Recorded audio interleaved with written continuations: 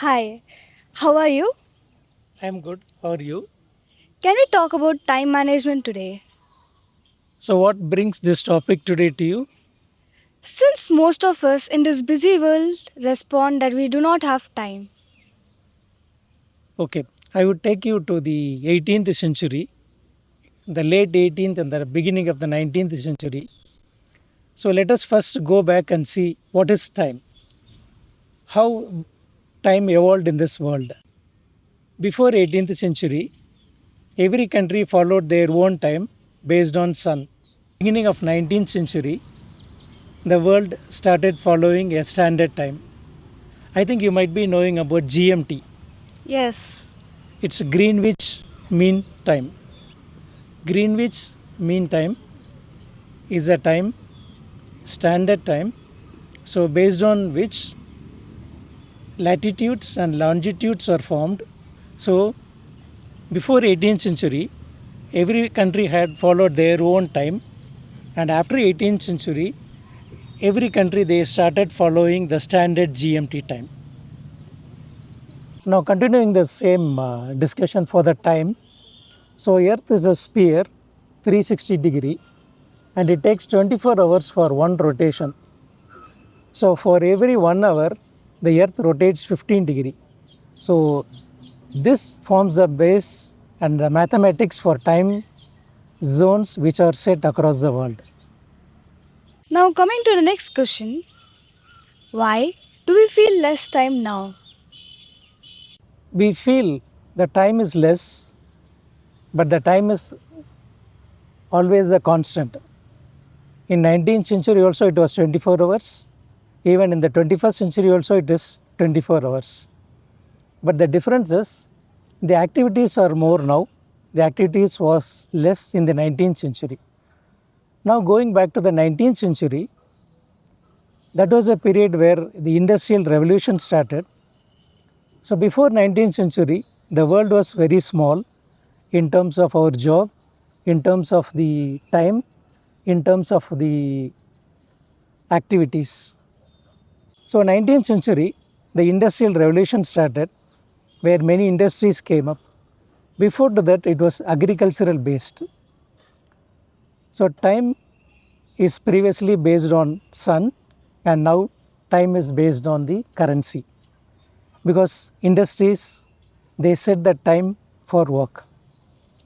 Before 19th century, people rest whenever they needed, but now we fix onto a calendar like Sunday to take rest. Then coming to the 1990s, where the internet got exploded, the internet, mobile, they stole away most of our time, and that's why we feel the time is less, even though the time was the same in before 19th century also. Okay, now I understood that time is constant, the same 24 hours, but the activities since 19th century and now has changed increasingly. Can you discuss this in briefly? Imagine in 1850 we had 1 hour. What would we do? We would either read a book or go for a walk. But consider the same 1 hour now, we have plenty of options. It's flooded. YouTube, Instagram, Facebook, they occupy a lot of our time. In the 19th century, letters took a lot of time to reach. But in today's world, you get a mail within seconds. So what your boss does, you complete two work, you are loaded with another 5 to 10 more work is loaded to you. In the 19th century, after the work, you come back to home. You don't carry your work to home. But today, once you reach your home, either you sit in a sofa or you lay in a bed, you get a mobile notification about work. So, in fact, you are not clock out in today's world. Yeah, coming to today's world, every minute is occupied. When you open the Instagram, you just check for 1 minute or a 2 minute reel, but that goes on for 30 minutes. but you are not aware that your time gets evaporated, and end of the day you feel that time is less. In fact, the time is not less, but the noise is more in today's world. So, a lot of us do not have time management. So, how do we manage our time efficiently? To answer your question, I will say in steps. The first step is time mapping. A day consists of 24 hours. You remove 8 hours for the rest, you have the remaining 16 hours. So, that 16 hours, what you do a mapping on a day. Each activity, what you do on a single day. You note it down, write it down. Now you understand for the 16 hours what you do. Now you repeat that for a period of 1 week. After 1 week, you will have a complete weekly report of how you do, what you do with your time. So coming to the second step, that is time boxing. So in step 1, you understood based on your weekly assessment what are the activities and what are the time it takes. Now time boxing is, now based on the weekly report, now you can understand what are the work which are priority and which can be done on a day and which can be postponed or taken on the next day or next week. So you box your time on a day, because as I told you, 8 hours goes for rest. Remaining 16 hours, you box your time, what to do on a time. For example, morning 1 hour, you take for a physical activity, you box that time for 1 hour. Then remaining time you box it, you have that categorized. So that is called as time boxing. Now coming to the third step, once you go through this time boxing, you follow the time boxing, and some work you may not be able to complete, you delegate that work. And you might find some work which are priority, so you prioritize that work and you move the box accordingly. So these are the 3 steps for the time management. It's not a rocket science, but it is a very simple, easy way how you manage your time. Now, according to the three methods, if a person efficiently manages their time, what are the benefits of time management? Yeah, once you follow the time management, there are a lot of benefits. The first benefit is time management is a soft skill. Once you are able to master, manage time, you will be successful in a professional world. The second benefit is it indirectly benefits your stress management. Once you are able to manage time and work according to the time which you are boxed, you do in a very systematic way so that you are not impacted by the stress. So once you are able to manage your stress, the next you are able to have a work-life balance in your professional life.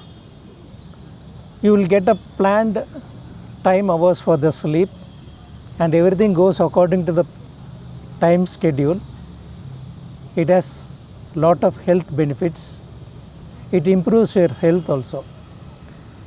But coming to the point of time boxing, you box the time and you do according to the time. There will be some time where due to an emergency situation, you may not be able to strictly follow into the time boxing. Don't worry about that. You take it as an off day, but you continue to maximum follow the time slots or time boxing. You will be having lot of health benefits.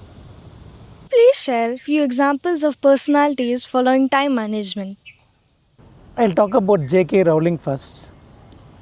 When she started writing the famous Harry Potter series, she was a single mother, and whenever her baby slept during that time, she used to write the Harry Potter series.